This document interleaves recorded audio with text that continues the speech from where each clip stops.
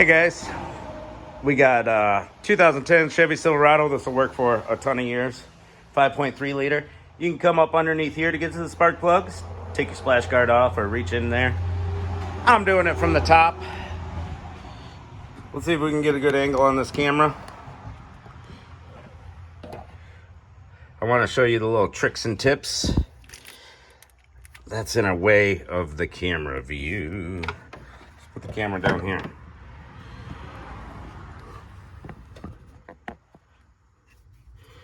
Right there, we got our first spark plug out.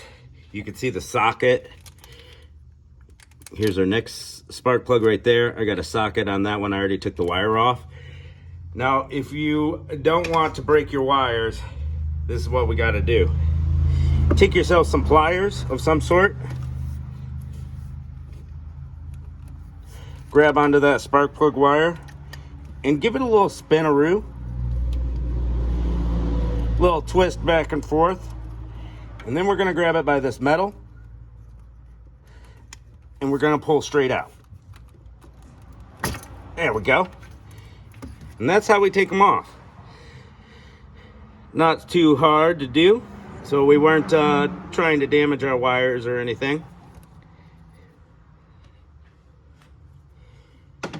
Now we got an assortment of adapters right there, some extenders, and we want to use these appropriately depending on which spark plug wire we're taking out, right? Just to make our lives easier. So we got our steering shaft in the way of the third spark plug here. You know, so we just use adapters to get around it. There we go. Now we just take our spark plug right out. We're gonna do this for all 8 cylinders. The other side is pretty open and easy to get to, except for, you know, you got a couple heater hoses in the way.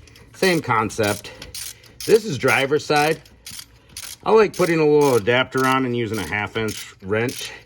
Get a little more leverage, a little more torque on her. And I'm going to show you what spark plugs to use. Don't go cheap. Please don't. These are OEM spark plugs that I got. Let's see what was in it. Yep. We got AC Delcos in there. There's our spark plug.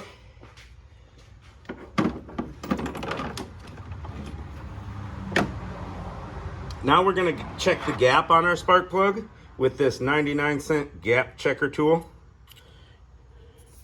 Right here. It should be at 0.04 inches. I don't know what that is in millimeters. But, yep. Always check the gap on all your plugs, even if they're brand new, because I get them out of the box, and sometimes they're not gapped right. It just happens, not very often. Here's our part number right here. These are Iridium 100,000 mile spark plugs. This is what comes in your machine, and it's what should go back in it. Now when I'm putting the spark plugs back in, I like to feed them in by hand. You don't want to cross thread your spark plugs. That's a huge headache. There we go, we got it started in by hand. And we're gonna torque that down. And you don't have to wrench them on there. I see people over torque them all the time. Can't remember what it is for spark plugs, like 25 to 32 foot-pounds, something like that. Look it up, ask your parts store, they'll know. All right, and another thing people don't do is they don't use dielectric grease. You should always be using dielectric grease on these. And I'll show you how to do that here in a second.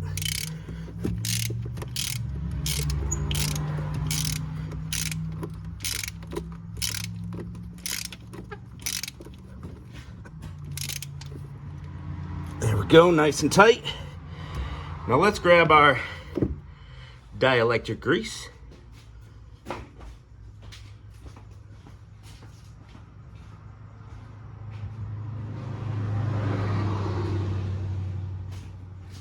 Now this is gonna make these spark plug wires come off a lot easier in the future. Right here, dielectric grease, tune-up grease. You can get a little package for like 99 cents from the parts store. And we could take these metal covers right off of there. You see that? And we're gonna put this dielectric grease, shove it right in there. That's probably an excessive amount. Put that back on.